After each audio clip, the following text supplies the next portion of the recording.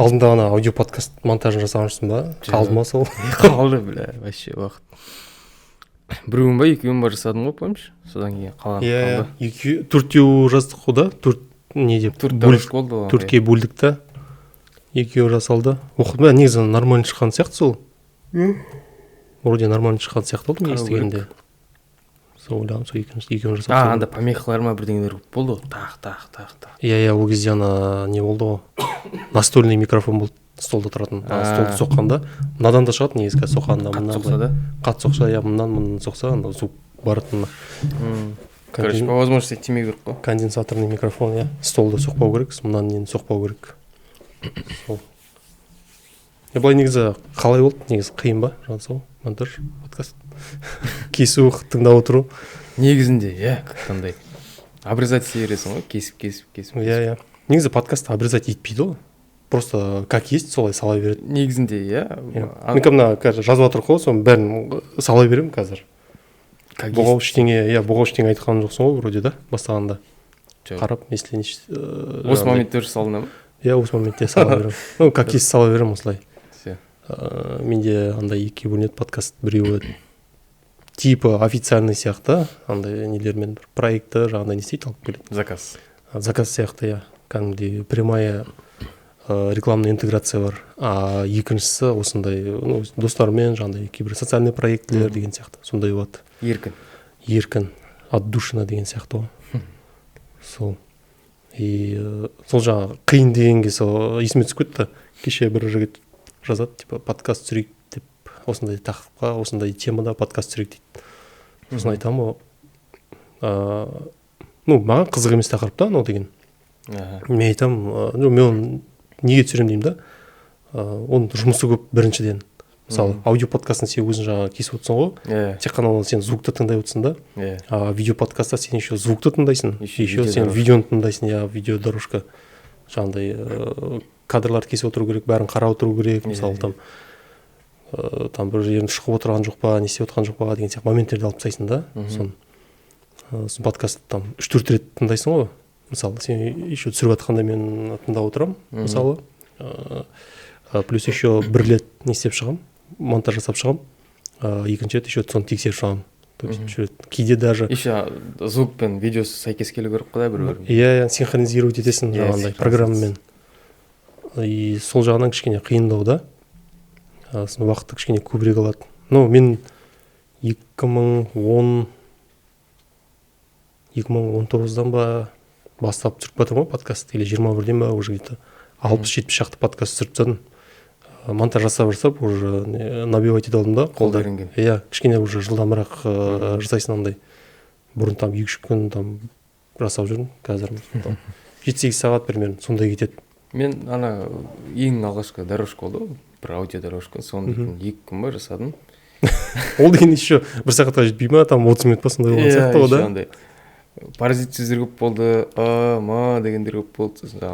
Подкастта ондайларды қалдыра береді ғой, дегендерді, иә. Сен бәрін кесе беретін болсаң, сенде андай кішкене бір неестественный бір түрлі не болып қалады. Бұл интервью сияқты ма, телевизорда сондай сияқты болып қалады.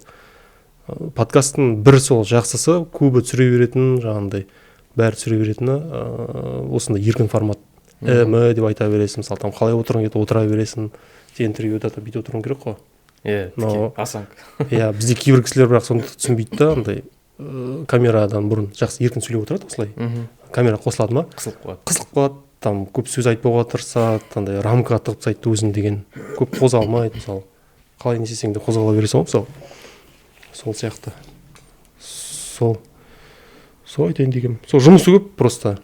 Мысалы, сен өзің авторский болмаса, или өзіңе ұнайтын тақырыпта болмаса, или бір пайдалы бірдеңе болмаса, да, мотивация да болмайды шығар да, оны өңдеуге. Иә, еще кәдімгідей не мотивация. Ресурс кетеді. 2-3 рет не істегеннен кейін құрып кетеді. Ресурс кетеді. Онда бәрі жұмыс қой уже деген. Иә.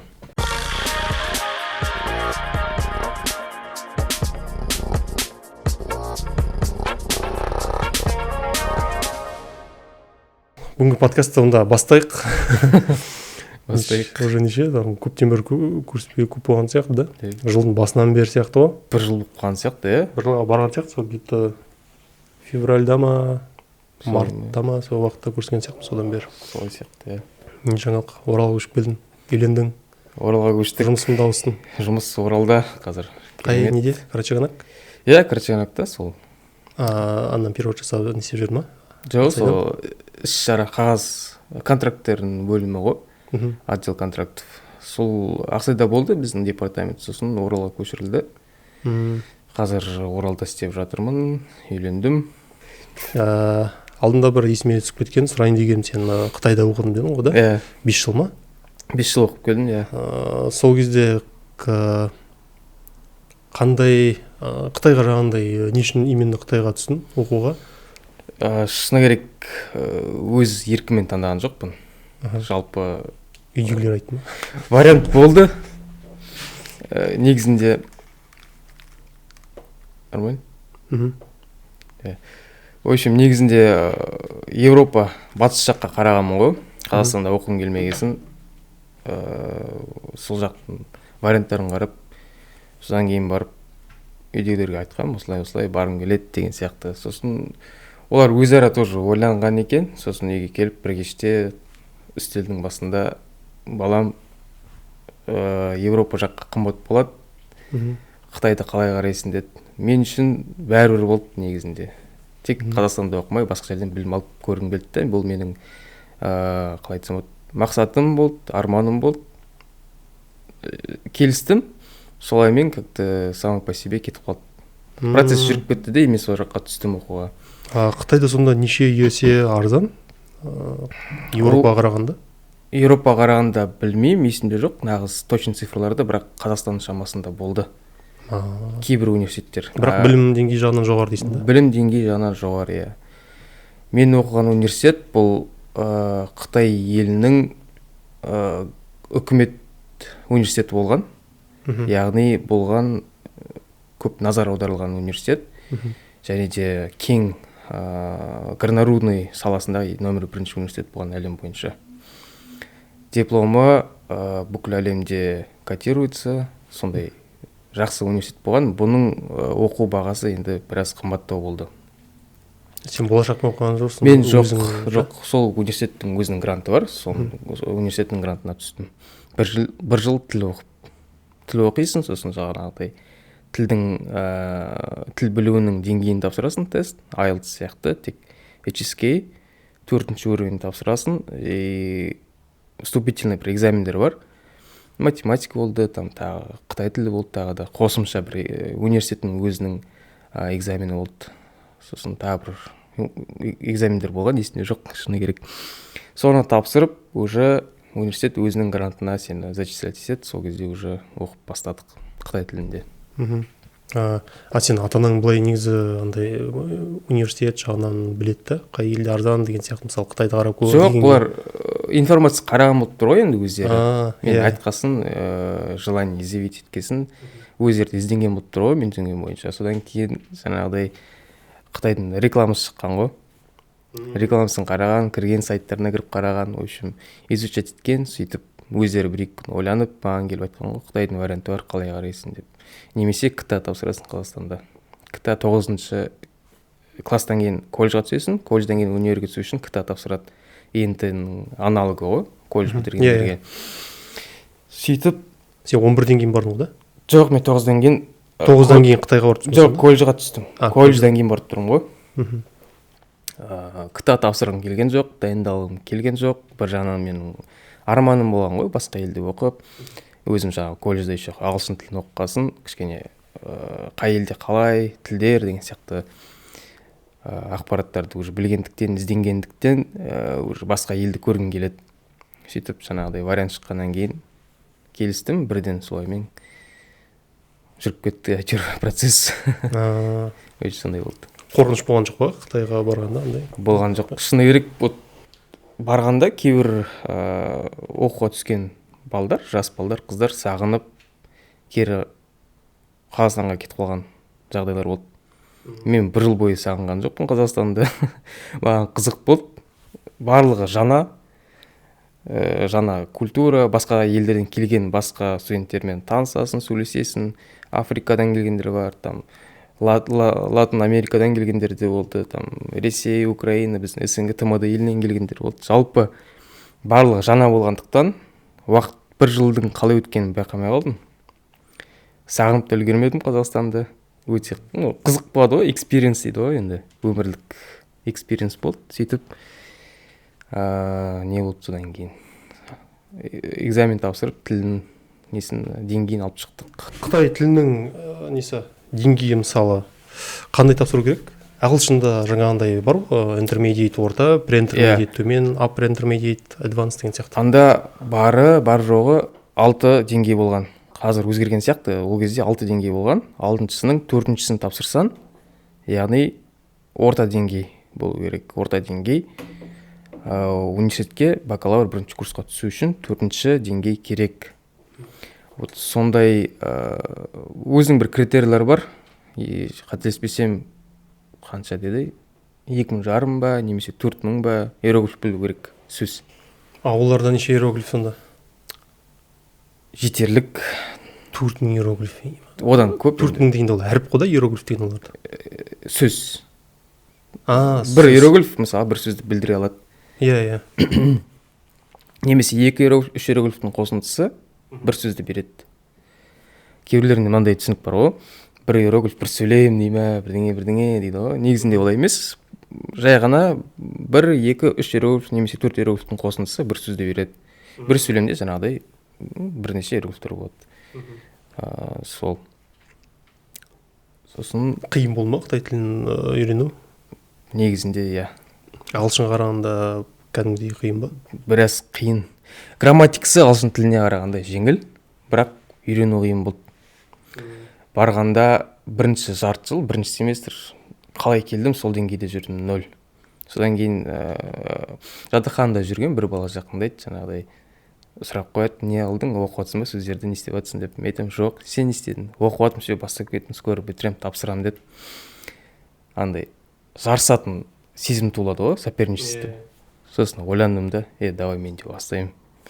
Сабаққа барған жоқпын, ағылшын тілін үйрететін. Жаңағы сөздердің спискасын алдым да, мынандай стопка, короче. Библиотекке бардым. 1 ай бойы таңнан кешке дейін библиотекадан шыққан жоқпын, өзім үйрендім, сөздің бәрін жаттадым, короче. 1 айдың ішінде бардым, регистрация жасап қойдым, жаңағы экзаменге тапсырдым, алып шықтым, сосын ана балаға жақындаймын. Че-то мына алдың, тапсырдың ба деп.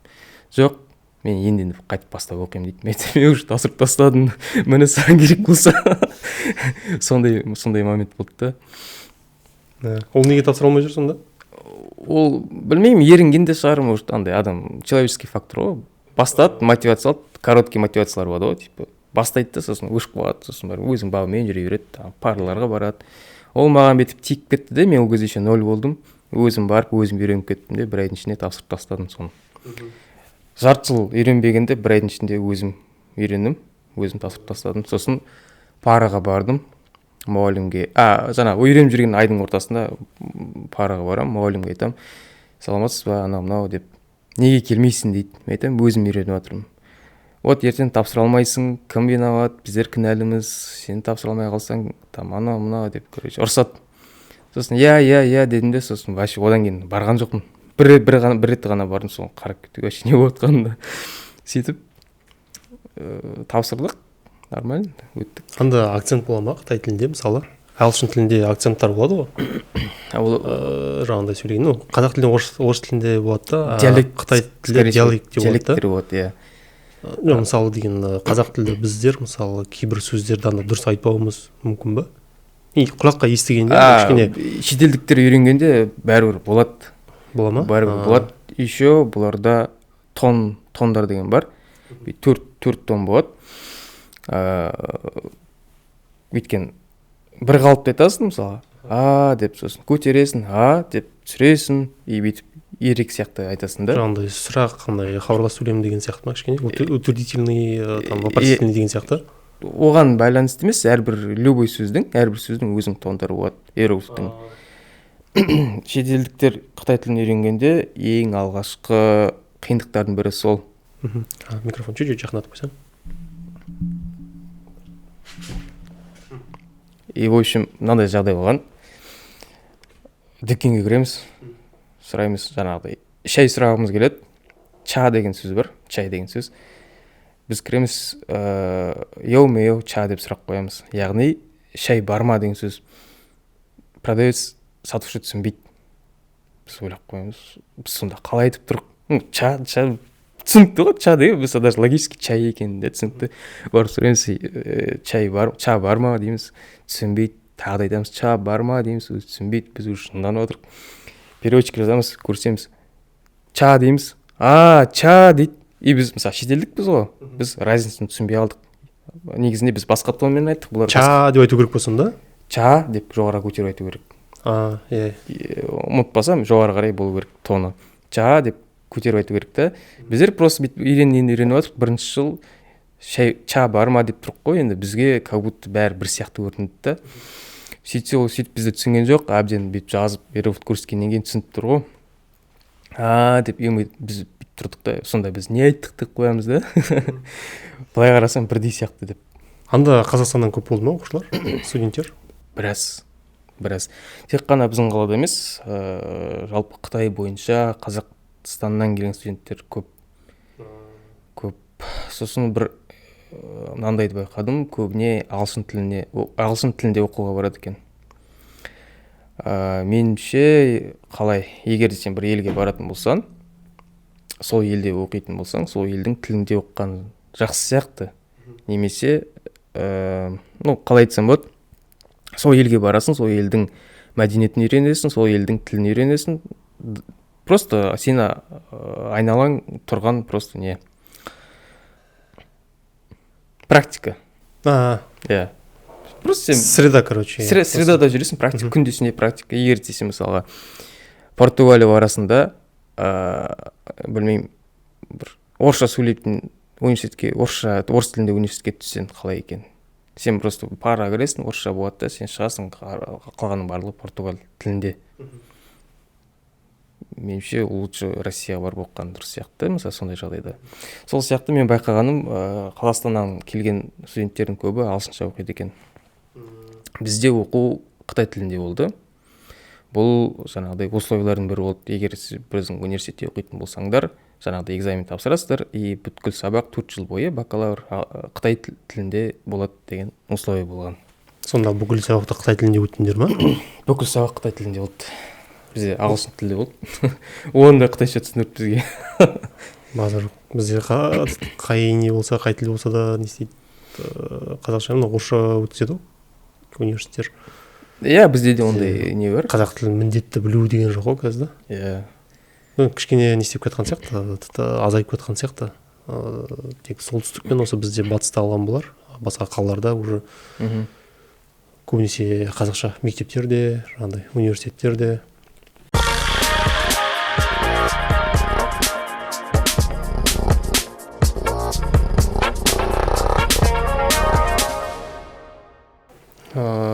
Қытайда оқу не деп жатыр қой, кейбір кісілер бізде Қытайдан қорқады ғой, ксенофобия бар да, Қазақстанды жаулап алады, жаңағыдай жер бермейміз, не деген сияқты. Сен Қытайда оқыдың ғой, енді жаңағыдай арасында жүрдің деген сияқты китайстардың. Қалай ойлайсың, обоснованный ма сол қорқыныштар? Негізінде қытайлықтарға, шетелдіктерге бәрібір. Олар өздерінің шаруасын жасап жүреді, өздерінің жұмысы жүрсе, айналасы тыныш болса оларға болды. Шетелдіктерге бәрібір. Шетелдіктердің қорқатын себебін негізі мен түсінемін. Қытайлықтар күшпен емес, экономикамен жаулап алады. Мысалға, олар өндіруші ел, мәселен айтатын болсақ, жаңағыдай батарейкалар, литий, никель, кобальт деген пайдалы қазбалар бар. Бұлар өндіруші ел болғандықтан үлкен мөлшерде оларға керек бұл пайдалы қазба. Мәселен, жаңағыдай электромобильдер бар ғой. Бұлар әлем бойынша нөмір 1 өндіруші. Тесладан озып кеткен. Оған қоса электробас автобустар шығарады. Оған қоса жаңағыдай телефон, неше түрлі гаджеттер бар. Олардың барлығына батарейка керек. Олардың барлығын шикізатпен қамтамасыз ету үшін бұлар басқа елдердің, дамушы елдердің кен орындарына барып, өздерінің компаниялары үкіметпен келісіп, пайдалы қазбалардың кен орындарын өздері сатып алған болатын. Мысалға Африканың елдерінде Қытай компаниялары өндіреді жаңағы кобальтты, литий, никель, тағы басқа керек нәрселер. Австралияның бірнеше кен орындарында қытайлықтар тоже отыр. Сол сияқты қандай риск бар, риск экономикалық тәуелді болып кету риск бар. Сондықтан да біздің халықтың қорқынышын негізі түсінуге болады. Болып кетуі мүмкін енді. Кетеміз де ғой, егер жаңағындай кіретін болса, мысалы біреу ертең бір чиновник алады да, мысалы осы компанияны ашу керек дейді да, осындай қаза байлықтарды беріп жіберу керек десе, қолға жүрсе, мүмкін, әбден мүмкін нәрсе ғой. Бізде кім бар ғой, Асхат Рамазанов, ол деген бұрын жаңа Қытайдан тауар тасып жүрді, киімдер, магазин Феста. Сол кезде бір не болды, андай кездесу болды студенттермен БХУ-да, то есть. Сол кезде айтады, жаңағындай мотивировать етіп жатыр да кісілерді жұмыс істеуге, жастар ерінбеңдер деген сияқты. Сол кезде Қытайды мысалға келтіріп, Қытайда мен оның сторизынан да көргем, 35 жаста дейді, 30-35 жастағы әйел адам кәдімгідей арба сүйреп жатыр. Мынандай артында кәдімгідей несі бар, груз бар, бізде арба сүйрейді, бізде көбінесе ер адамдар ғой арба сүйрейтін жаңағындай. Ода кәдімгі қыз арба сүйреп жүр. То есть конкуренция кәдімгідей бар да, ана жақта. Конкуренция үлкен. Адам көп болғаннан кейін енді конкуренция да көп болады ғой, белгілі. Сол айтады, мысалы, егер ана жақта кәдімгідей жұмыс жасайды дейді. Егер біздер баратын болсақ, біз ана жақта шыдай алмай өліп қаламыз дейді андай жұмыс жасауға. Сол есімде қалды мен. Сол себептен ол жақта еще пенсионерлер жұмыс жасайды. Кәдімгідей жұмыс жасайды. Неге оларда дезинформация болмасын, білмеймін, бірақ пенсия жоқ сияқты. Пенсия жоқ, сондықтан да үлкен адамдар әлі күнге дейін жұмыс жасайды. Ауыр жұмыс жасайды, жаңағыдай. Көбіне енді қаланың гүлдерін қарайды деген сияқты. Қытайға баратын болсан, бүйтіп клумбалар тұрады ғой, қаланың гүлдері обычный, соларды жасап, нетіп, поливать етіп жеп жүреді. Соған қарағанда жаңағыдай пенсионерлерді әлі күнге дейін жұмыс жасайды. Қазіргі таңда Қытайда пенсионерлердің саны ең көп соотношение, то есть рождаемость азда, пенсионерлердің саны көбейіп жатыр. Потому что кезінде мынандай бір заң болды ғой, бір отбасыда бір бала деген. Содан кейін пенсионерлер жаңағыдай көбеюде, адам саны көбейіп без, бір орында немесе стагнация кетіп бара жатыр. Сол сияқты жаңағыдай осындай көріністер көруге болады. Соған қоса еще миллиардтаған халық, конкуренция бар. Бізде қалай екен вообще соотношение немен? Бізде рождаемость нормальный сияқты. Пока нормально дейсің да? Бізде пока нормально. Ертең мақыр бар, не бар, төмендейді. Карантин кезінде көбейді, енді мақырмен ауыр төмендетеді да, кішкене балансировать етеді ертең. Баланс дейсің. Бізде өйткені былтыр жылдың соңында не болды, есеп берді. 900 бірдеңе жаңағындай, бірдеңе деп 900 жұп жаңағындай үйлену болған, тіркеу, регистрация брака. 1200 бірдеңе жаңағындай, ұмытып қалдым точно цифр, но 1200 точно білем, ажырасу болған. Бізде үйленуден ажырасу көбейіп жатыр бізде қазір. Бізде былтыр Қазақстан әлем бойынша бірінші орында болды ажырасудан. Екінші орын ба? Екінші орын ба? Екінші орын болды. Екінші орын ба? Иә, мен ЗТБ-дан көрдім. Комментарийға жазып жібердім, біз биыл бірінші орынға шығамыз деп. Хоть в чем-то бірінші орында боламыз деген сияқты. В общем, жаман статистика. Иә. Тілге қайтып оралсақ, кстати, пенсия демекші, бізде бір жерден оқыған сияқтымын, қазір точно білмей, шатысып кетпейін. Ертең біздің пенсияларымыз, то есть менің сенің пенсияларым, салаватқан накопление. Мысалы, қазіргі кезде адамдар салаватқан, қазіргі пенсия алыватқандар, или осы жақында пенсияға шығатындар, мысалы, 5 миллион алса, 5 миллион салса вкладта, 5 миллион, 10 миллион, олар деген жаңағындай ала береді ғой. То есть 5 миллионы бітсе де, ай сайын алып жатыр, 5 миллион бітіп қалса да, олар одан сайын ала береді ғой да, үстіне түсе береді мысалы да. Ол жаңағындай накопление сияқты ғой. Мысалы, бізде олай болмайды ертең. 5 миллион жинадың ба 5 миллион соны аласың, и біткеннен кейін сенде уже жаңағыдай пенсия болмайды. Ештеңе болмайды, иә сондай шығып жатыр ғой да. мен естіген сияқтымын. Мен де естідім соны, бірақ несін таба алмадым еш жерден информацияны. Походу соны шығарды да кішкене шу болмасын деп қайтадан кетіп жатыр ма екен. Мүмкін. Мен де естідім, қанша жинадың соншасын аласың деген сияқты. Кішкене не да, қалай айтсам екен, кішкене қыспалап жатыр ғой да, там налог, пенсия. Еще сол пенсияға налог салынады деді ғой. Да, оны білмедім. Иә, жақында шықты налог алынады деп. Әйтеуір бір жақсы жағынан не бар пенсияға қатысты. Если бір порог болады ғой, порогтан асырсаң, сол пенсияның жартысын сен управляющий компанияға бере аласың инвестиция жасауға. Олар жаңағыдай сенің НПФ тоже инвестиция жасайды, бірақ НПФ-тің үстінен келетін инвестициялық табысы инфляциядан көп болмайды обычно. Ал егерде сен жаңа порогтан асатын болсаң, сен бір асқан бөлігін условно халық инвест деген управляющий компанияға берсең, олар сенің пенсияңды айналдырады и үстіне доход беріп тұрады. И өткен жылға Халықбанк жаңағыдай халық инвест лидер болды. Процентный табыстың инвестицияның 20 ма сондай или 20-ның көлемінде болған сияқты. Условно олар дейтін алады да, аристократный акцияларға салады, там облигация бірдеңелерге салады. В общем, сенің пенсиямен олар айналдырады инвестицияға и 20%. Одан біз дивиденд бірдеңе аламыз, иә.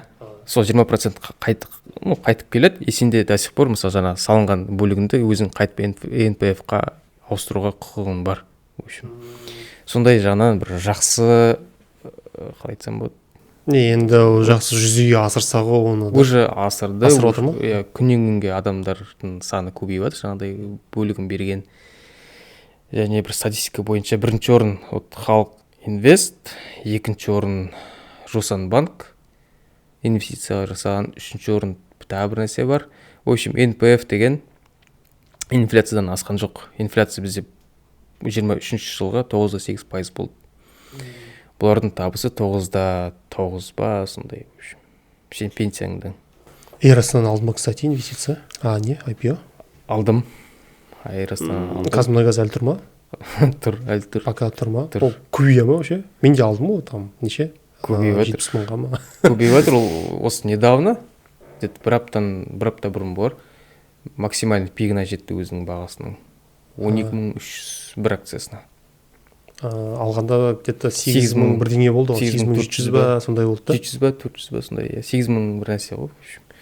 Ойыртын түсіп кетпей ма екен? Түсіп кету мүмкін. Түссе қайтадан көтеріледі ма, или түсіп кетіп вообще түсіп компания жабылып қалуы мүмкін ба? Жоқ, Қазмұнайгаз жабылмайды ғой. Не біткенде мұнай бітсе жабылады ғой деймін ғой. Оған дейін қайда әлі. Оған дейін біз қартайып өлеміз ғой дейсің. Иә, оған дейін біз өлеміз.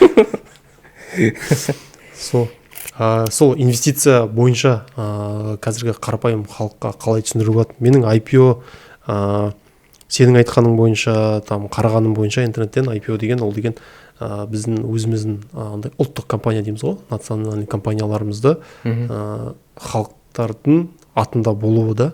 То есть мысалы Қазмұнайгазды жаңағындай IPO-ға шығарды ғой. Иә. И бірінші IPO деді, ол IPO қазақстандықтар алады. То есть жаңағыдай көп бөлігі, акцияның көп бөлігі Қазақстанда қалсын деген сияқты. Сол себеппен шығарып отыр ғой да.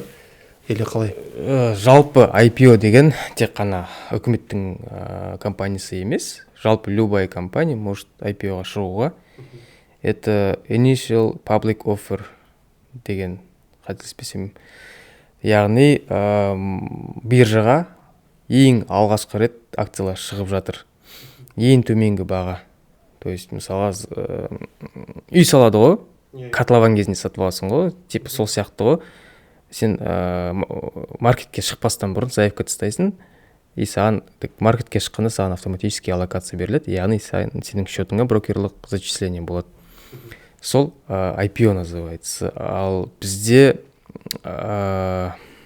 Қазмұнайгаз, жалпы Эйростаннан IPO-ға шығару мақсаты үлкен бөлігі біздің халықта болсын деген емес. Жалпы итакта үлкен 50-ден жоғары пайызы біздің Қазақстанда, 51% ма, біздің самұрық қазына бір нәрсе әйтеуір владеть етеді.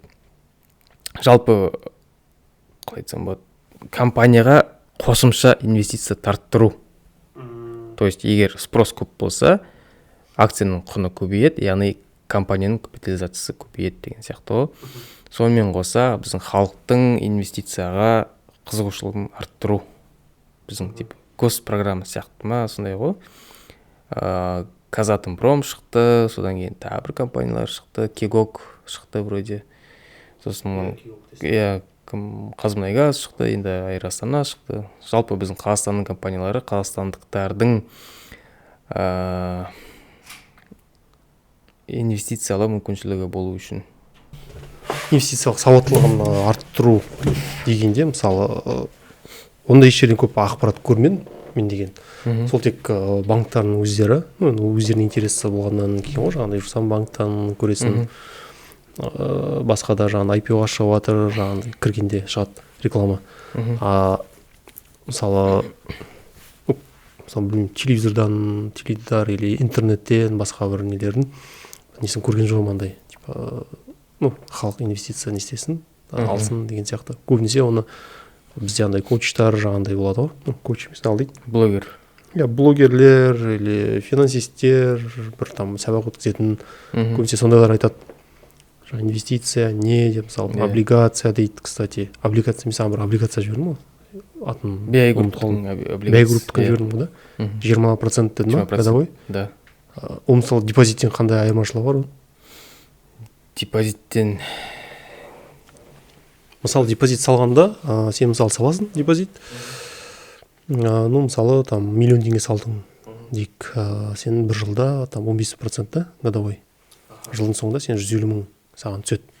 То есть қаншалықты көп салсаң, соншалықты көп түседі ғой енді мысалы. И сен депозиттен кез келген уақытта шешіп аласың еще ол ақшаны. Мысалы там мен мысалы қазір саламда бір 2-3 айдан кейін оны шешіп аламын. Ешқандай жағандай не комиссия ұстамайды. Мен именно Каспий банкты айтып отырмын қазір. Ешқандай комиссия ештеңе ұстамайды. Солай шешіп аласың. Плюс еще жаңа үстіне түскенмен бірге. Нелер, облигация, олар қалай? Негізінде екеуінің де как таковой айырмашылығы жоқ. Жалпы несі мағынасы бір сияқты ғой. Мысалға сен өзінің ақшаңды депозитке саласың, банк сенің ақшаңды өзінің в своих интересах использует сенің ақшаңды, и сол үшін саған вознаграждение береді, яғни условно 15%. Облигация то же самое, просто сен компанияға қарыз бересің, сен бұл жерде банк сияқтысың, наоборот кредит сияқты беріп отырасың, ол саған обязуется 20%-ті годовых ретінде беруге, и бір жыл өткеннен кейін саған ақшаңды қайтарып береді. Миллион салдың ба, миллион қайтарып береді, и жыл бойы, мысалға BI групптікі оқыдым, жарты жылға бір рет вычислять, береді. Яғни 6 айда 10%, келесі айда 10% тұрамасын да? Солай ма екен? От чистой миллионның 10%. Получается, общий жылына 20% қой. И сол 20%-тің жартысын саған бірінші жарты жылда береді, қалған екінші жарты жылда береді, и жылдың соңында саған өзінің миллионыңды қайтарып береді. То есть сен компанияға, BI группқа өзің ақшаңды олар қолдану үшін беріп тұрсын, взаймы, и олар саған сол қарызды қайтарып, үстіне процент қосып. Соның мағынасы екеуінің шамалас мағынасы. Сол бірдей сияқты екеуінің жаңағыдай. Депозитте тап солай ғой. Ол сенде банкке қарыз берген сияқтысың да, и жылдың соңында саған, жылдың емес, ай сайын саған ол сенің ақшаңды пайдаланған үшін саған ақша беріп тұрады мысалы деген. Бұл жерде ең жақсысы негізінде банктерде мысалға депозиттің пайызы инфляциядан аспайды көбіне. Немесе сәл ғана асып тұрады да. Ал жеке компаниялар, мысалы BI групптағы да 20% бұл шамамен 5% немесе 10% жоғары. Инфляциядан жоғары болады. Мысалы тағы айтып кеткендей, былтыр Каспий банктың несі қанша ол депозиттің пайызы? 15 дедім да? Былтыр деген, қазір 15. 15. Инфляция 23 жылға 9.8 болды, яғни 10. Сен бар жоғы 5% сенің ақшаң құны жағынан қосылған. Мысалы сен цифр жағынан 15% алсаң да, сен теңгенің құндылығы бар жоғы 5%-ға өсті. Ал мысалға сен дейтін жаңағы BI групп салатын болсаң, олар 20%, 10%-ға инфляция болды, сенің теңгенің құндылығы бар жоғы 10%-ға өсті. Сөйтіп конечном счете сен бар жоғы 10%-ға байыдың деген сияқты ғой. Просто банктерде пайыз аз, и инфляциядан сәл ғана асып тұрады, немесе бірдей болып тұрады. Инфляция ол біздің теңге. Депозиттің бір плюсы сен ақшаңды кез келген уақытта аласың, облигацияда ала алмайсың. Минусы жаңағындай инфляция. Облигацияның плюсы ол жаңағы инфляция көп тәуелді емес та. Доллармен де беруге болады басқа шетелдік компанияларға. Облигацияны доллармен сатып алсаң, сенің доллар негізі әлемдік нөмір 1 валюта ғой. Құндылығы қалады, инфляция болса да кішкене әйтеуір құндылығы қалады ғой, теңгеге шақтырғанда мысалға да. Сонымен қосса еще сен пайызың үстінен келеді. Сөйтіп сен уже біраз пайдада боласың, егер шетелдік компаниялардың облигациясын алатын болсаң доллармен. Қай банктен алдың? Акция нені? Айрастаннан ба? Халық инвесттен алдым. Жусаннан ештеңе алған жоқсың ба? Жусаннан Қазмұнайгаздікін алдым. Сосын Халық банктың акциясын шамалы. Сосын сдача дейді ғой. Қалдық, короче, Халық банкта Фортенкін ала салдым. Фортен өте арзан. Жай ғана просто ала салдым. Көрме, кстати, Фортенкін. 3 теңге ме? Сондай ғой. Просто қызық үшін ала салдым 10 теңгеге. Друг өсіп кетер дейсің да, шағым жоқ дейсің да. Вообще даже не жалко деген сияқты ғой. Мен сол қашан салдым? Былтыр ма? Ана жыл ма? Былтыр ғой да? Декабрьде. 22 декабрьінде ғой. 22 декабрьінде. Декабрьінде Қазмұнайгаз ба? Қазмұнайгаз. Сол кезде алып тұрдым, көбірек алу керек еді, бля. Енді мен көп түсінбегеннен кейін нормально өсіп қалды, негізі там 40%-ке өсті ғой. Сол кезде мысалы миллион салатын болсаң 400 теңге шығаруға болады дедім. Енді ойлап қарашы да, депозитте ол процент. Эрасына білмей қалдым мен, кстати, Эрасына ол да кішкене өсетін бар солай да. Өсетін сияқты ол. Самолеттар там тесіліп қалып, бірдеңе істеп қалып, акциясы төмен түсіп кетпесе. Әйтеуір біздің Орта Азияда нөмір 1-шіне ғой. Авиакомпания. Эрастана ма? Орта Азияда ма кәдімгі? Центральный Азияда номер 1 авиакомпания. Бағасы жоқ. Еще олар дейтін лондонский неде шықты. Қазақстан біздің биржа Касио ғой.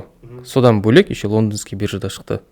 Лондонская биржа нөмір 2-ші биржа Нью-Йорктан кейінгі. Нью-Йорк Наздақ қой да? Каспий Наздаққа шықты. Наздаққа шықты. Каспий негізі Каспий жұмалып отыр, кстати. Әлден NYC ма? Нисе дейтін бар, Найс па, Нисе. Жоқ, Наздақ бар, Уже Каспий Наздаққа шықты. Енді жаңағындай тілге қайта оралсақ, Қытай тілі деген сияқты әңгімелер болды. Сенде проект болды да, жоба. Interlink KZ деген. Оны жауып тастадым дедің. Жауып тастадым. Қандай жоба, оны неге жауып тастадың, сол туралы айтып кетсең. Жалпы бұл жоба тіл үйренушілерге тиімді, доступна сертификациялау проектісі болған. Яғни қазіргі таңда көптеген адамдар өздігімен тіл үйренеді. Ютубтан, жаңағыдай әлеуметтік желілерден кино қарап, кітап оқып тіл үйренеді. Және өздерінің білімін дәлелдеу үшін университетке түсуге, жұмысқа орналасуға жаңағыдай онлайн кіреді, порталда, платформада экзамен өтеді. Өтіп болғанда сол бойда бірден нәтиже келеді. Сол нәтижеге байланысты сенің тіл деңгейі келеді. Мысалға, upper intermediate деп сертификат келеді. Подписанный, как положено. Тестті кім шығарды, яғни носитель языка. Условно там бір кісі шығарады. Білмеймін, Дженнифер болсын. Астынан Дженнифердің қолымен не келеді саған? Сертификат келеді. Сенде кәдімгі сол жаңағы носитель языкамен контракт сияқты болады да? Менде контракт болған жоқ, мен дейтін жалпы таныстарым болған. Америкадан, Түркиядан, Кореядан. Мен көмектесші деген сияқты, на добром слове просто көмек сұраған, маған тест керек, осындай жобам бар, көмектесші деген сияқты. Егер де жақсы выхлоп болса, мен саған вознаграждение берем деген сияқты. В принципе, окей, без проблем деген сияқты. Жаңағыдай ағылшын тілін тестін жасадық, носитель языкамен, түрік тілін тестін жасадық, носитель языкамен, корейский тіл жасадық.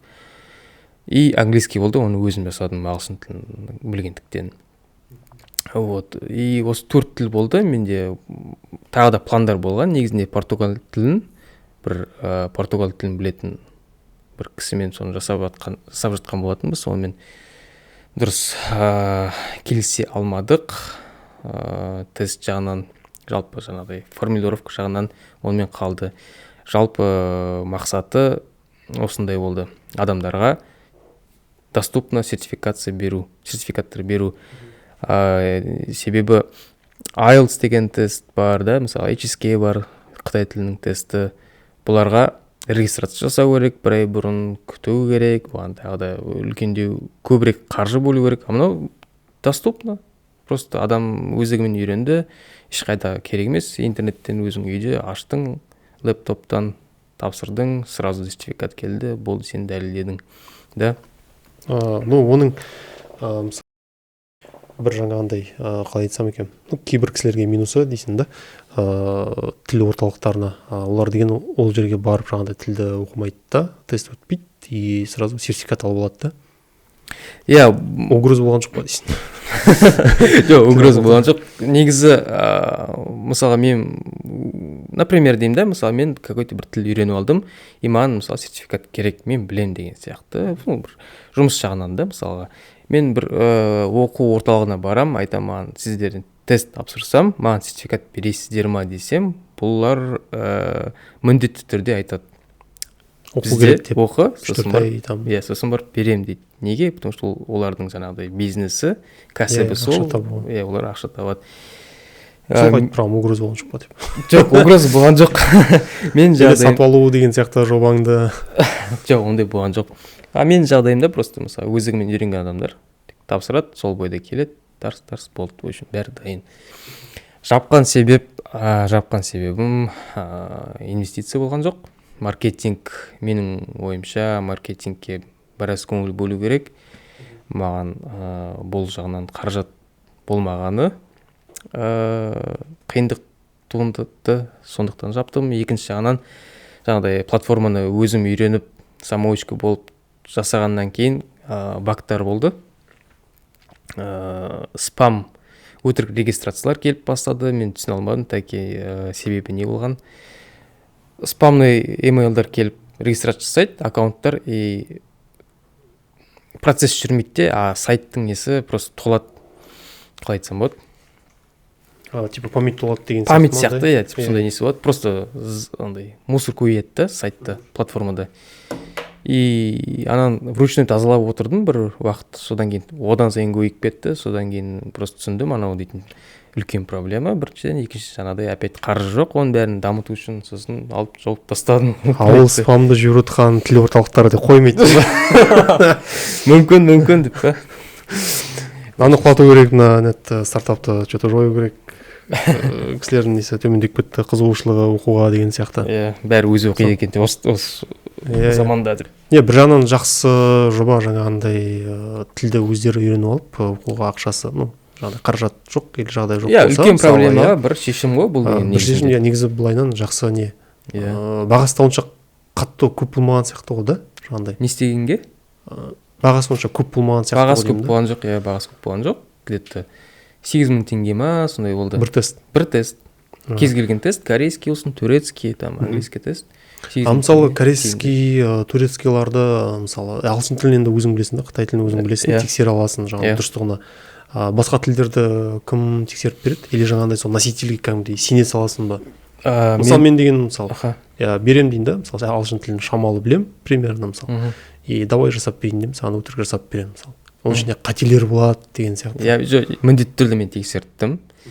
Маған носитель языка жасап береді. Сосын мен өзім таныстарым бар, мысалы класстасым бар да, түрік тілін біледі, өзі үйренген. Мысалы мен вот эксперимент давай проведем, сен тапсырып көрші деп. Ол мысалы жасайды, анан ол дегенмен де жақсы біледі түрік тілін, өзі өзінің взглядын айтты, мына жерде мынандай қосу керек, мынандай болу керек. Мен тапсырдым, мен жаңағыдай ответтерін қарағанда вручную басында өзім шынымен де продвинутый уровень болды. Оның несі деңгейі шынымен де продвинутый, жетік. И тексерістен мен қазір өткізіп жүрдім. Мысалға да корейский тіл, Кореяда бір танысым бар тоже, Қазақстаннан корей тілін біледі, тоже сен өтіп көрші тест деген сияқты барлығын тексерістен өткізіп жүрдім. Ал рульде отырған кезде мына жер қате ғой деп мысалы айтып қалады ма кейде? Иә, маған айтып жүрді. Мысалы турецкий тілде маған носитель языка жасап берсе де, бұл дейтін жасаған адам мұғалім, түрік тілінің мұғалімдігіне оқытты. Носитель языка шетелдіктерге үйретеді түрік тілін, сондай мамандық бар да, мұғалім. Сол маған жасап берді, сосын жаңағыдай Қазақстандағы өзім класстас жігітке тексертіп, өтіп көрші деп, сөйтіп өткіздік. Онымен тест өте жеңіл болып шыққан екен. Сосын барып тағы да доработкаға жіберіп, үшім жасатқан болатынбыз. Просто алып жасап сала салған емес, шынымен де барлық тексерістен өтіп нормально жасаған болатынбыз. Мен ой келді, мынадан кейін мына естігендер ертең тоже идеяны алып алуы мүмкін, бизнес аша алуы мүмкін деген сияқты да. Бірақ енді крупный бизнесмендерге бұл не қызығы бар, чисто көп доход әкелмейтін сияқты. Онша көп доход әкелмейтін сияқты. Жаңағындай несіне байланысты ғой, маркетингіне байланысты. Егер маркетинг жақсы болатын болса, онда енді нормально алып келетін сияқты.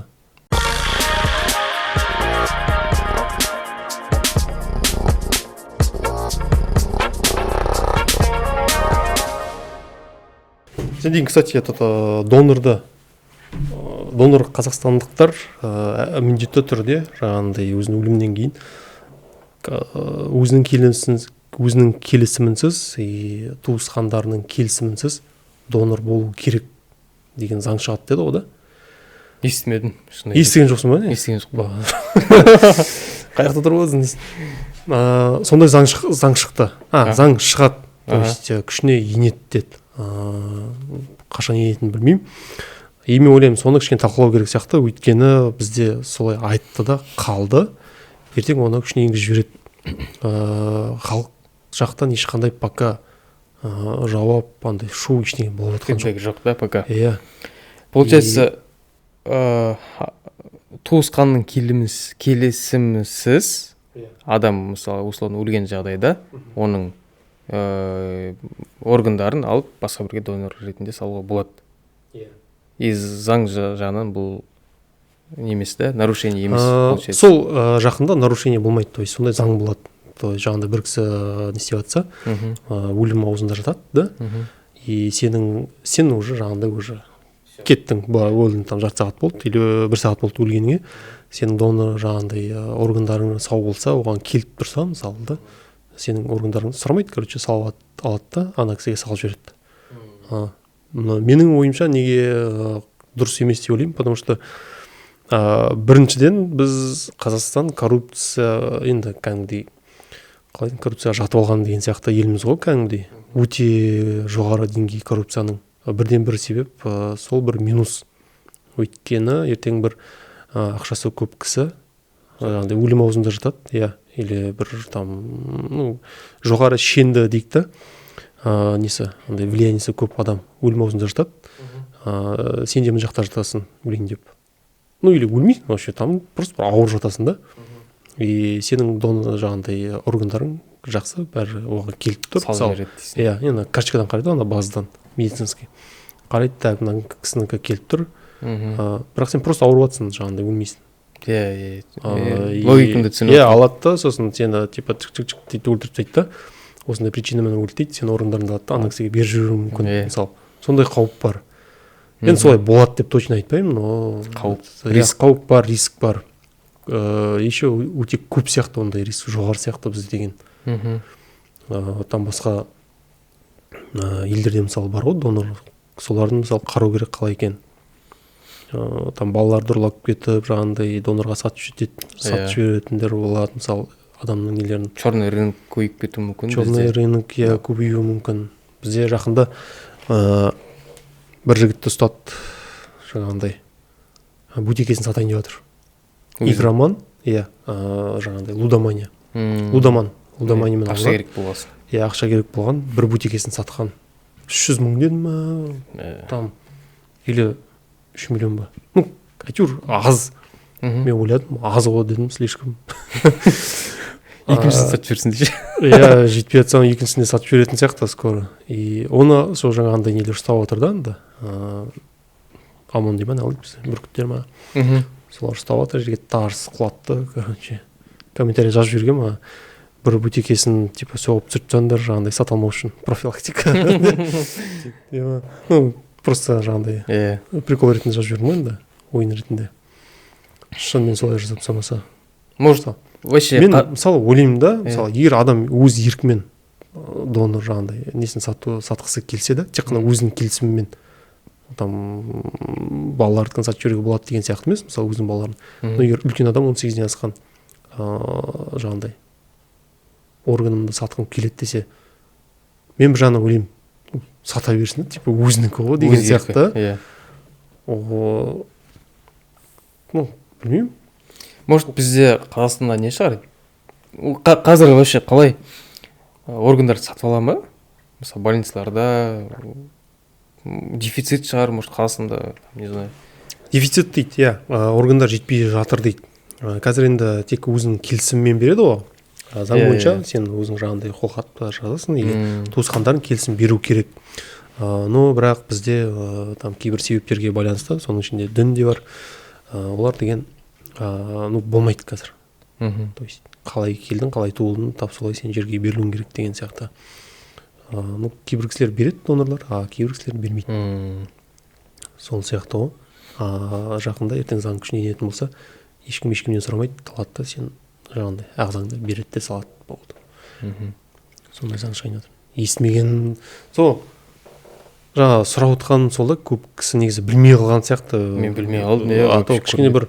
шу бірдеңе шығу керек еді негізі пресс-конференцияда сұрау керек па мысалы жоқ мен шыны керек естіген жоқпын вообще ондайды деген мен сол көтергім келіп жүр сол теманы может білмеймін репортаж жасау керек па юрист шақыру керек па юрист шақыру керек сияқты соны қалай болады екен деп медикті шақыру керек юристті шақыру керек заң жағынан қалай істеуге болады өзіңді қалай не істеуге болады жаңағыдай қорғауға болады сразу карточка жасап аласың ба органдардың бәрі ауру деген сияқты чтобы ертең қарап менің ауру екен алмай ақ қой сау болса да өтірік ауру деп жазып аласың қолдайтындар да явно табылады ғой да типа социальная ответственность анау мынау сен халықты спасать етіп жатсың деген сияқты сондай да шығуы мүмкін ғой қорғаушылар шығуы мүмкін но пока жаңағыдай дұрыс деген сияқты ешкім шығып жатқан жоқ ондай ну өйткені қарсы деп те ешкім шығып жатқан жоқ сол себепті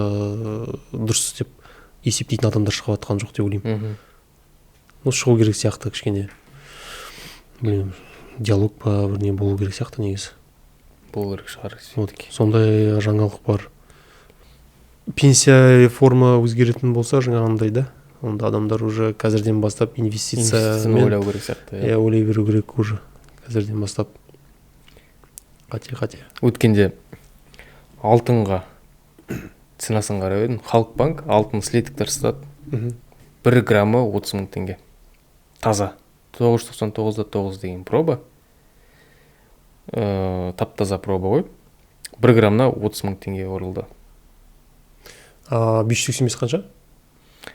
Білмедім ол жақында алдым обычный емес пе сақина сақина сырға нелер ғой алқа жақында алдым оны слиток ретінде сата ма не бүйтіп банктерде жоқ слиток емес не ғой кәдімгідей не ретінде сатады жоқ мен не алдым мамама туған күніне алдым сонда ұмытып қалдым қанша екен граммын есептеп берді там 31 грамм 21 граммға шықты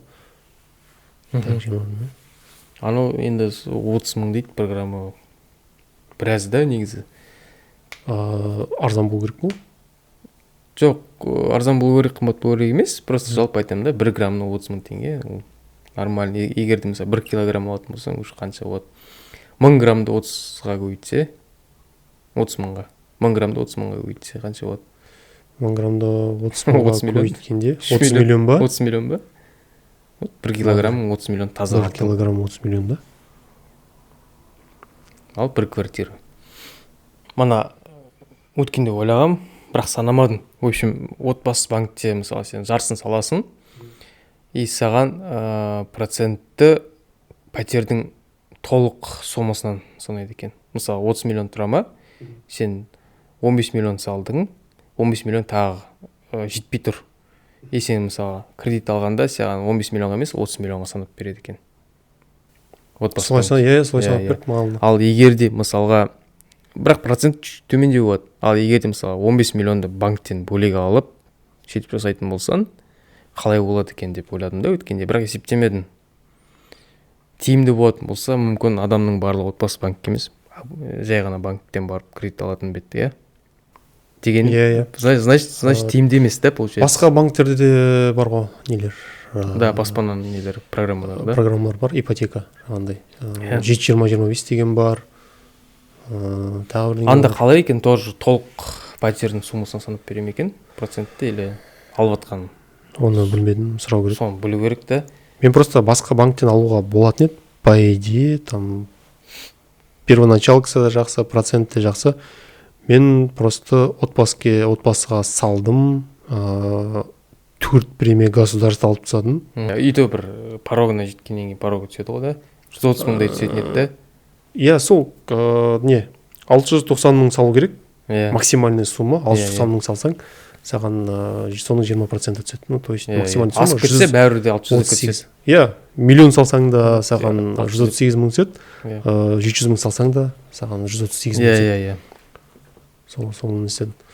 Сөйттім, есептедім, менде премия государства қазір там 600 дей ма, 700 мың ба жиналып тұр менде деген. Чисто премиядан. Иә, енді оны шешіп алатын болсам, мен басқа банктен алу үшін. Анасы гарантия етіп кетеді онда. Ол жаңа 600 мың жиналғаны премия государства онда қалады. Иә. Банкте қалады. Мен тек өзімнің салғанымды аламын. Иә. Сол бір жағынан сол жаман. Соны алдында есептеп отырмын, бля, соны егер алып тастап басқа банкке салсам, мен наоборот сол ана 500-ға қарап жүргенде мына банктікі наоборот тиімді бола ма деген сияқты сондай ой бар да. Акция туралы айттық та. Акция туралы вообще тағы да қосатын бірдеңе бар ма? Акция, дивиденд. В общем, акция дегенде жалпы компанияның бір бөлігін аласың, сатып аласың, және де сол компанияның табысын өзің акцияна соотношениесіне сен дивиденд аласың. Яғни табысының бөлігін аласың. Себебі сен сол компанияның бөлігіне иесің. Сондықтан акция бір қарапайым сөзбен айтқанда, в общем, бір компанияның бөлігіне ие болу және сол компанияның табысын дивиденд ретінде алу. Оның жағындай бір кейбір жиналыстарына сенің қатысуға жағындай толық құқығың бар дейді ғой. Құқығың болу бар, иә, негізінде бар. Андай бір кейбір жаңағындай нелерің бар, сенің қалай? Иә, кейбір привилегиялар болады. Привилегия, артықшылықтар жағындай. Бір штук мың теңге акция алсаң, енді сен ешкім тыңдамайды ғой, шыны керек. Бірақ енді бір үлкен просто қатысуға болады да, типа қатысуға да болады. Там мен Қазмұнайгаздың там совет директоров қатысып отыр. Деп сондайға болады. Деп па? Иә, ана Алибеков бар ғой, Қазмұнайгазға не келеді да, не деп заправкаға келеді да, АЗС-қа, иә, келіп тексеріп кетеді. 1% алдым дейді да. Как раз ана IPO шығып жатқан кезде сияқты. Прикол шықты ғой. Қалай жұмыс істеп жатсыңдар, нормально ма деп. Енді жақсы негізі. Нейросеть туралы не айтасың, айтпақшы? Қолданып жүрсің ба нейросетьті? Жоқ. Тіл, чат GPT. Жоқ. Ештеңе қолданамын ба? Вообще қолданамын. Фото, видео, музыка, ештеңе. 0. Мен че-то ол темаға вообще кірген жоқпын. Страшно отыр негізі ана жақта. Сен осы, кстати, бір нәрсе жасап жатсың да сол? Иә, ана жерден комикстер жаңа отыр деп тұр ғой. 22-де сериал түсірдім ғой. Жастар сериалы. Со сериалға жаңа сол Midjourney'дің дамып жатқан кезі, как раз, Қазақстанда, соның ішінде. Сол кезде алдым да, Midjourney'ға салып жүрдім да, соған комиксті сонымен жасадым. Текст жазасын, саған өзі шығарып береді. Картинкасын өзі салып береді. Картинкасын өзі жасап береді, бәрін жаңағындай. Интернеттен аннан, мұннан. Нейросеть деген адамның ми сияқты жұмыс істейді. Нейрон деген сияқты. Сен мысалы бірдеңені білмей жасай алмайсың ғой. Мысалы саған ол деген неге жасап береді, өйткені ол бүкіл информациядан жаңағындай бәрін данный қосады да, саған құрастырып мысалы бірдеңе жасап береді. Тап адам ми сияқты ғой мысалы. Сен мысалы біреуге бірдеңе айту үшін сен бар информацияны, то есть тілді сен пайдаланасың да, бір кісіге жаңағындай информация сөйлем айтасың. Тап сол сияқты ол жаңағындай бүкіл пайдаланады да, данныйды саған нәрсе жасап береді. Қазір еще видео Sora деген сервис бар, ол деген уже видео жасап жатыр. Нормально жасап жатыр да, былай.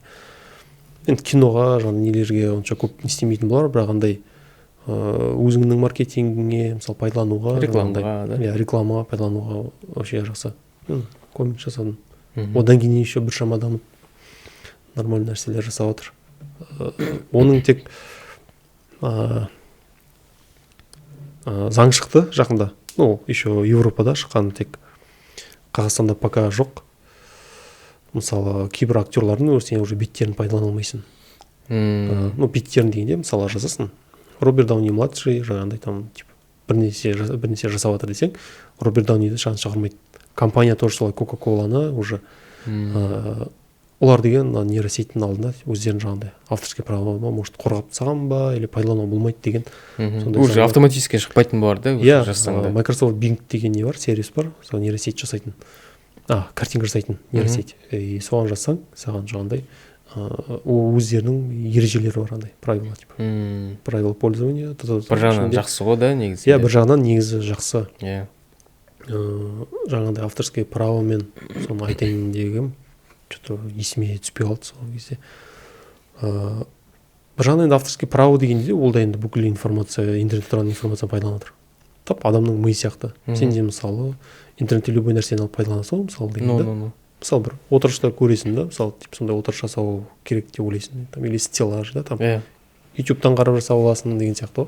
Ол да тап солай жасайды негізі. Просто қайда осы Google-да ма басында еще екі компьютерді искусственный интеллектпен қойып қояды, бір-бірімен сөйлесіп бастайды компьютер. Екі компьютер бір-бірімен сөйлесіп бастайды. Google ма? Google ма, Facebook па, бірдеңе, екеуін бір, в общем. И екі компьютер, екі искусственный интеллект адамға белгісіз тіл ойлап табады да, сол тілде сөйлесіп кетеді. Сосын сотрудниктер шошып кетеді де, тоқтан айырып тастайды екі компьютерді. Содан кейін қоспаған вообще больше. Все. Ойлап қарашы, ана адамның фантазиясы настолько, что уже қорқып бастайды, что аналар адамға там шабуыл жасау мүмкін, белгісіз тілде сөйлесіп кетті де, екеуі на ходу ойлап тапты да, сөйлесіп кетті бір-бірімен, екі компьютер. И все, адамға может нападение готовить, не знаю. Оларға деген тек просто бізде адам нейросетпен, роботпен адамның айырмашылығы не ғой? Сила, свобода воли ғой, жаңағындай да, еркіндік мысалы. Егер оған сондай бір алгоритм жазатын болса, мысалы, Я робот деген кинода бар ғой, 3 закона жаңағындай. Робот адамға қасаны жасай алмайды, там тағы бір істей алмайды деген сияқты, өзінің несін өлтіруге болмайды, жаңағындай создателін деген. Егер бір подкастта айттым, мен соны нейросет туралы. Егер бір сумасшедший ученый дейміз ғой, егер сондай бір адам табылып, сол кодтарды алгоритм жазса, мысалы, нейросетке, роботтарға пайдасы көп дейсің ғой, жалпы. Не, наоборот, пайдасы емес, наоборот, несі көп болатын сияқты. Зияны ма? Иә, зияны. То есть жаңағындай робот деген нейросет өзімен-өзі дамып кетеді. Жоқ, адамға қастандық жасамасың деп жазып жіберсе ма? Жоқ, наоборот, қастандық жасасын деп. Өзі білсін, или өзі шешсін. Иә. Мысалы, адамға тәрбие берген сияқты ғой, мысалы, робот қаласында сен просто код жазып жібересің, алгоритм. Онда риск көп, иә. Иә, мысалы, беспилотниктар бар ғой. Люди Икс первый класс қарадың ба, кино? Жоқ. Қарамысың ба? Сонда магнета деген не бар? Металдармен управлять ететін адам. То есть, типа магнит сияқты да, металды көтеріледі, майыстырылады, жаңағыдай управлять етіледі, басқарылады. Сонда бір сцена бар, ракеталар ұшып кетеді оған. И ол соны алады да, тоқтатып тастайды қолмен. Өйткені ол металды не істей алады, басқарылады, контролировать ете алады да. Егер мысалы робот сондай болатын болса, робот енді ол бүкіл интернетке кіріп тұрған нәрсенің бәрін пайдаланады. Мысалы, жаңағы зона действия деген сияқты. Ол деген интернетке басқа бір Пентагонның ба, бір сайтына или бірдемесіне кіріп алса ракет жібереді. Ракетаны управлять етеді адам сияқты мысалы. То есть сила мыслим управлять етеді ғой мысалы. Тап сол сияқты. Біз дронды мысалы пультпен управлять етеміз ғой. Осы пультке мысалы қосылып алып, Wi-Fi арқылы, иә, дронды барып аннан-мыннан бәрін көріп келеді, то есть. Мынандай теория қалай қарайсың? Например, запрет қойсан, адам баласы сол запретті бұзғысы келеді ғой. Егер де нейросеть, искусственный интеллект өзінің интеллектісі бар, и скорее всего ол тоже настолько может дамып кетуге, что өзінің запретін өзі бұзғысы келеді. Жаңағыдай адамға шабуыл жасамасын деп қойсаң, біраз уақыттан кейін может наоборот соны қызық көріп специально жасау мүмкін ғой. а егер сен кодты қоймасаң, ол понимает, что человек это его создатель, допустим, да, и он просто тупо не будет нападать. Ондай да теория болуы мүмкін, да, мысалға? Қалай ойлайсың? Может, болуы мүмкін. Бірақ енді адамның несі... Бірақ адамда эмоция бар ғой. Адамда эмоция бар. Просто код, да? Я роботты айтады ғой, типа, робот может создать там бірдеңе холст шедевр дей ма, бірдеңе айтады ғой. Может создать там симфонию. Сол сұраққа қазір уже жауап табылды. Иә, бәрін жасай алады. Музыканы да жасай алады, фото, видео. Біз еще қорқып жүрдік қой, роботтар жаңағыдай заводтар жасайтындардың жұмысын алып кетеді деп. Иә, уже алып кетті. Олардың баяғыда алып кетті, олар қазір уже мына творческий адамдардың жұмысын алып жатыр уже деген. Иә. Сол. Енді оған дым жасай алмаймыз. По-любому. Просто онымен ілесіп, оны жұмысқа пайдаланып отыру керек. Бірге қолданып дейсің. Бірге қолдану керек. Так что глобальный жатқан нәрсе, оны сен. Тем более қазақстанда отырып сен ештеңе істей алмайсың. Просто адам қанша қарсы болғаныңмен. Либо сен программист, айтишник болу керексің, соның бәрін жазу білетін. И все.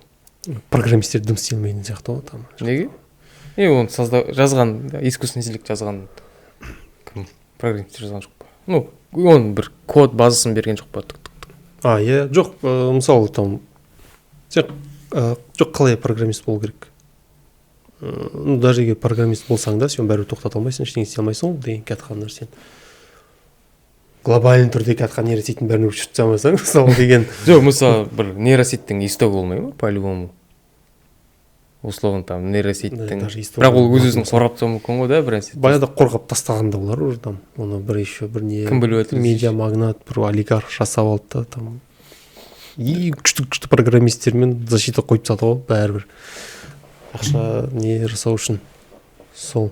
Жоқ, если имею в виду, допустим, нейросеть адамға шабуыл жасайтын болса, ол енді интеллекті бар нәрсе болғандықтан өз-өзіне доступпен жауып тастайды ғой, код қойып, адам баласының миы жете алмайтындай, мысалы, бір кодтар жазып, бір непонятно бір нәрсе жасап, и все, его не взломать, получается, да, тогда. Даже оның қасында бұрын ғана шахмат бар бізде компьютерда болды ғой, ойын. Қарап тұрсаң, соны простой ғой, соны ұта алмайсың ғой, шашып болды там ана.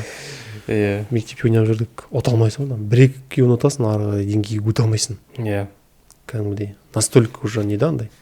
Ну енді ол жаңағыдай немен шахматтың қалай дейді, мастерлерін ал дейтін еді, Каспаров кімдер. Гроссмейстерлермен жасалған ойындар ғой енді. Сол себептен жеңе алмайсың. Сол себеп білмеймін енді, қиын. Бірақ енді бір 20-30 жылда онша көп қатты зиян тигізбесе, там скоро өзімізде өлеміз ғой, пенсияға шығып. Ұрпағымызға бәрі. Ары қарай уже балалардың немерелерімізде өздері как-нибудь разберутся там. Главное, оқытып не істеп беріп кетеміз болды. Адам қылсақ болды десейші өсіріп.